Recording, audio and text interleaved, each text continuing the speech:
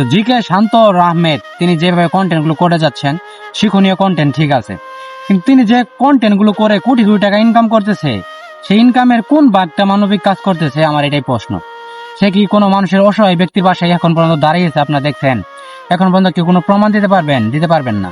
কারণ কি জন্য দিতে পারবেন না? যে কে শান্ত কিন্তু মানবিক কাজ করে না। প্রিয় দর্শক, ভালোবাসি আপনার জনাব আমি শেরপুর হাসান। তো এই মুহূর্তে একটা কন্টেন্ট দেখতে পাচ্ছেন, যে কে শান্ত কিনে একটা কন্টেন্ট আমি অবশ্যই দিচ্ছি, কারণ দীর্ঘদিন থেকে যেহেতু আলোচনা হচ্ছে আমার অ্যাকাউন্টগুলো থেকে, তো অনেকে নানান ধরনের কিন্তু আলোচনা করতেছেন। একটা বিষয় রয়েছে, মানুষের ভালো দিক রয়েছে, খারাপ দিক রয়েছে, এখানে কিন্তু অবশ্যই বুঝতে পারেন। আর আমরা ভালো দিক খারাপ দিক নিয়ে কিন্তু যাচাই আলোচনা করি, এগুলার জন্য করা হয়। তো জিকে শান্ত আহমেদ তিনি যেভাবে কন্টেন্ট গুলো করে যাচ্ছেন, শিক্ষণীয় কন্টেন্ট ঠিক আছে, কিন্তু তিনি যে কন্টেন্ট গুলো করে কোটি কোটি টাকা ইনকাম করতেছে, সেই ইনকামের কোন ভাগটা মানবিক কাজ করতেছে, আমার এটাই প্রশ্ন। সে কি কোনো মানুষের অসহায় ব্যক্তির পাশে এখন পর্যন্ত দাঁড়িয়েছে? আপনারা দেখছেন এখন পর্যন্ত কেউ কোনো প্রমাণ দিতে পারবেন না। কারণ কি জন্য দিতে পারবেন না? যে কে শান্ত কিন্তু মানবিক কাজ করে না।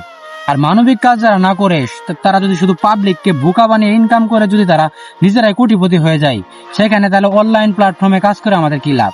আজকে দেখেন সব জেলার কন্টেন্ট ক্রিয়েটররাই কিন্তু মোটামুটি মানবিক কাজ করে। আপনারা দেখতেছেন আমাদের শেরপুর জেলার অনেক কন্টেন্ট ক্রিয়েটর মানবিক কাজ করতেছে।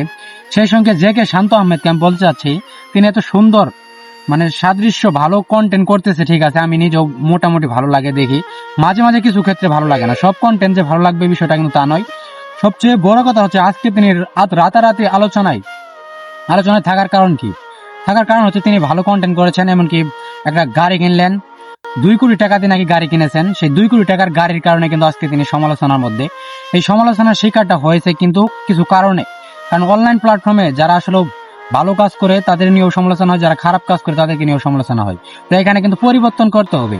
কাজ হচ্ছে যে কে শান্ত 2 কোটি টাকা দিয়ে যে একটা গাড়ি কিনলেন, সেই গাড়ি কেনার পর তিনি যে পরিমাণ সমালোচনা হচ্ছেন, আলোচনায় আসছেন, যে শান্ত যদি আজকে এইভাবে মানুষের পাশে দাঁড়াতো, মানুষের মানবিক কাজ করতো, তাহলে শান্তকে কিন্তু আরো বেশি মানুষ ভালো বলতো।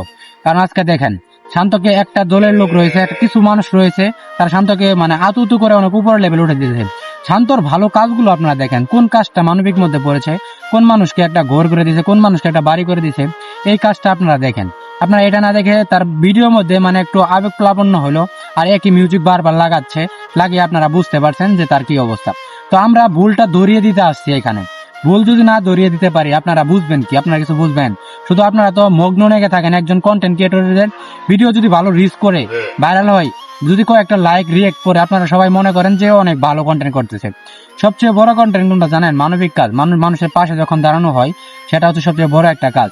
আর আজকে দীর্ঘদিন থেকে যারা দেখেন শান্ত ভাই ভিডিও তৈরি করতেছে, শান্ত ভাইয়ের ভিডিওর মধ্যে যে কার্যকলাপগুলো আপনারা দেখতে পাচ্ছেন, তিনি কিন্তু শিক্ষণীয় ভিডিও করলেও কিন্তু ভিডিও থেকে কোটি টাকা ধরেন আসলো না, মাসে তো 4-5 লক্ষ টাকা ইনকাম করে।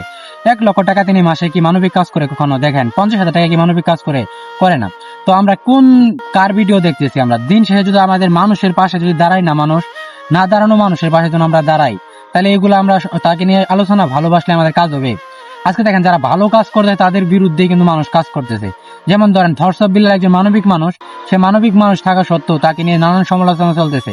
এগুলা উদ্যোগ নেওয়া, কাজ করা প্রচুর কষ্টের কাজ। আপনা আমার মতো কিন্তু অবশ্যই সম্ভব হলেও আমরা কিন্তু স্বেচ্ছায় কিন্তু যাবো না। কিন্তু থরসব বিল্লাহ কিন্তু অনেক গিয়েছে। আপনি কি স্বেচ্ছায় আসবেন একটা মানুষকে সাহায্য করতে? কিন্তু আসবে না। কিন্তু থরসব বিল্লাহ কিন্তু নিজে বাড়ি ঘর এখন তো করতেছে, কিন্তু পরে তো আসলে কিছুই ছিল না আগে। তিনি কিন্তু ভালো কাজ করতেছে। আর যে শান্ত ভাইকে বলছি, তিনি ভালো কন্টেন্ট করতেছেন, ঠিক আছে, আপনি মানবিক কাজ করুন, মানবিক কাজের মানুষের পাশে 2-4 জনের পাশে দাঁড়ান, তাহলে সে বুঝতে পারবো আপনার কন্টেন্ট ভালো, আপনি লুকটাও ভালো। টিম নিয়ে কাজ করেন, আপনারা নিজেরাই লক্ষ লক্ষ টাকার মালিক হচ্ছেন। সাধারণ গরিব আশেপাশে গরিব মানুষেরা কিন্তু আপনাদের কাছে কিছুই পাচ্ছে না। তো ভিডিওটা যারা দেখলেন শেয়ার করবেন। তো ভালো থাকবেন, সুস্থ থাকবেন। দেখা হবে নেক্সট নতুন একটা ভিডিওতে। আজকের মতো এখানে বিদায়। আল্লাহ হাফেজ।